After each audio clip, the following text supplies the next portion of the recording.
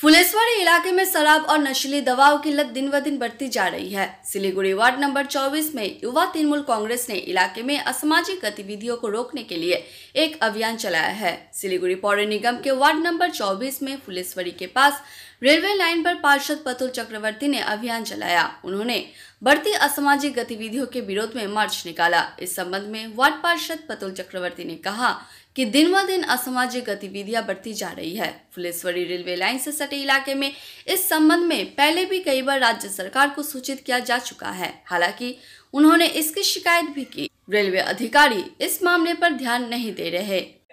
আমাদের 24 নম্বর ওয়ার্ড যুব তৃণমূল কংগ্রেসের পক্ষ থেকে এই 24 নম্বর ওয়ার্ডে এই বিস্তীর্ণ এলাকায় রেল লাইনকে কেন্দ্র করে রেল লাইনের দুপাশে যেভাবে মদে আসক্তদের যেভাবে দাপাদাপি শুরু হয়েছে তার বিরুদ্ধে লড়াই করবার জন্য, প্রতিবাদ জানানোর জন্য আজ থেকে যুব তৃণমূল কংগ্রেস আন্দোলনে নামলো। এখানে আমাদের পরিষ্কার বক্তব্য, এই জায়গাটা হচ্ছে দুটো শাসন।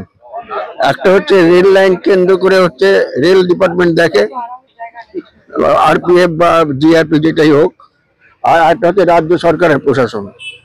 রাজ্য সরকারের সাথে আমরা যোগাযোগ করেছি, রাজ্য সরকার কিন্তু এর মধ্যে পদক্ষেপ নিয়েছে, কয়েকজনকে গ্রেফতারও করেছে, কিন্তু রেল পুলিশের তরফ থেকে কিন্তু কোনো ধরনের উদ্যোগ আমরা দেখতে পাচ্ছি না। আমরা যেসব ব্যাপারে রেলের কাছে যাই কোনো উদ্যোগ নেই, তাদের কোনো এইসব ব্যাপার নিয়ে কোনো ভ্রুক্ষেপই নেই।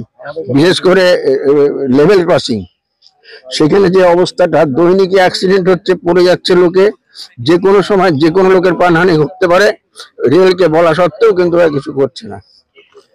সিমিলারলি এই যে রেল লাইনকে কেন্দ্র করে যে মদাসক্তরা যারা এখানে থাকেন, যারা এখানে বসেন, যারা এই এলাকাকে দুর্বিষহ করে তুলেছেন, তাদের বিরুদ্ধে ব্যবস্থা নেওয়ার জন্য কিন্তু রেলের কোনো ব্যবস্থা নাই। আমরা এই ঘটনার তীব্র প্রতিবাদ করছি এবং আমরা জানাচ্ছি, রেলকে আবার বলছি যে আপনারা সঠিক সময়ে সঠিক ব্যবস্থাটা গ্রহণ করুন, নাহলে কিন্তু এই এলাকায় যে কোনো ঘটনা ঘটে যেতে পারে। আমাদের তৃণমূল যুব কংগ্রেস এই আন্দোলনের সামনে।